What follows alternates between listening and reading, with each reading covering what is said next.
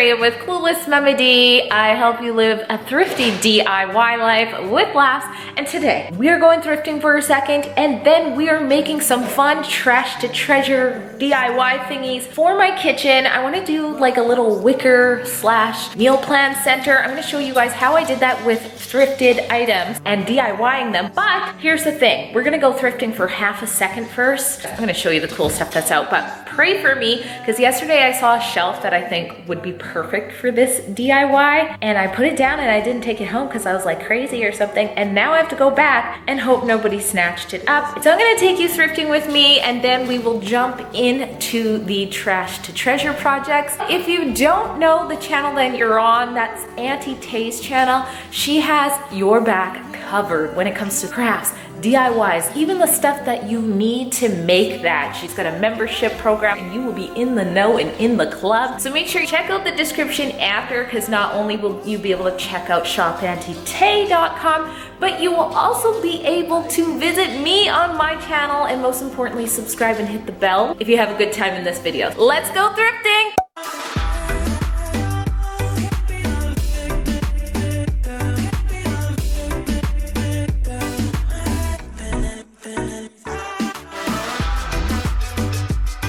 Okay, so we're here and the thrift house is packed.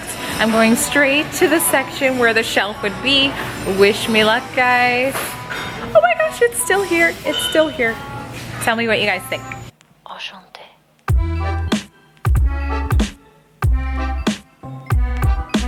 Only needs a new paint, some touching up, but I think it's perfect. And it is $6.99, so it is a bit pricey, but I have a couple of items that I need to return anyway, so I'm not going to have to pay for this bad boy today. Let's see what else Valley Village has today, and then we will go back and start our thrift store makeovers.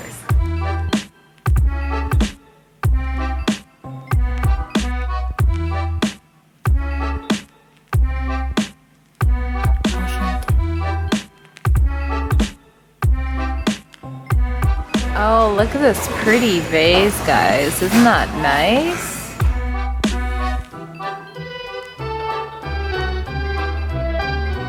So that was everything that caught my eye. Let's head back to my house and we'll get to our trash to treasure makeover.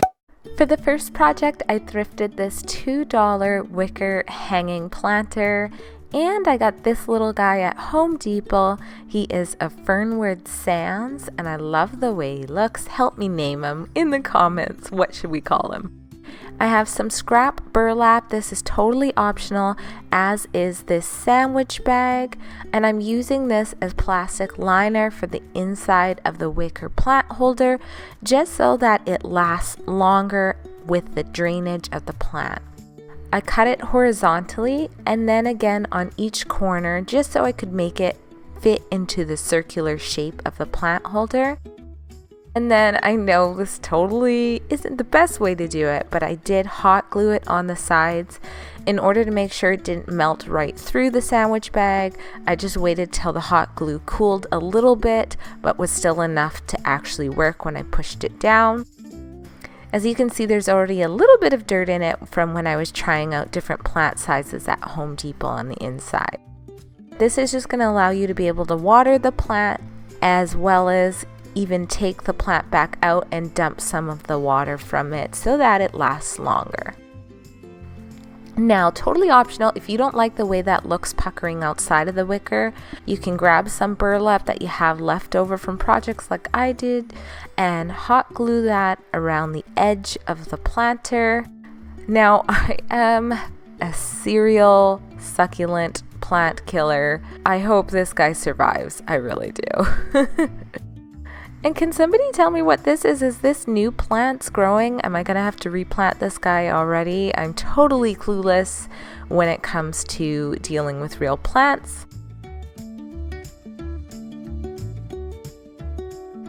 For the next project, we're going to get started on that shelf that I'm so happy was left over. I'm using my favorite chalk paint from shop.auntie.com in the color Blanco.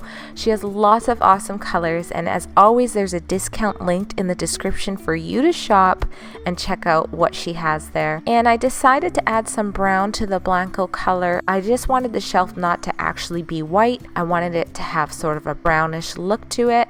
I also have these 2 waxes from Michaels. I only had to do 1 layer of chalk coat on this shelf.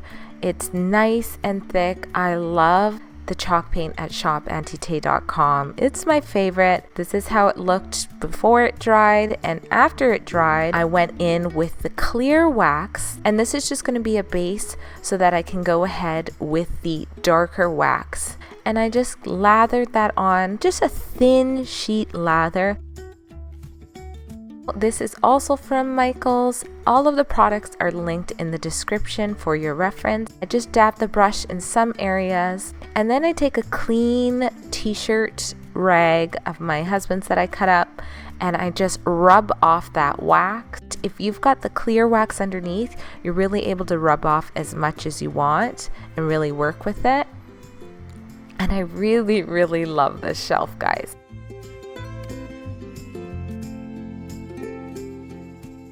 I was too lazy. I left the hooks on while I painted. You could probably take those off if you want, but I still think it turned out nice.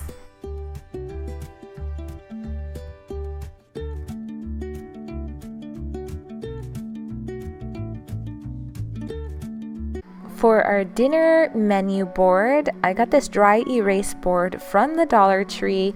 I might still look on Amazon to see if I can find something that's a little bit better quality than this, but this does the job.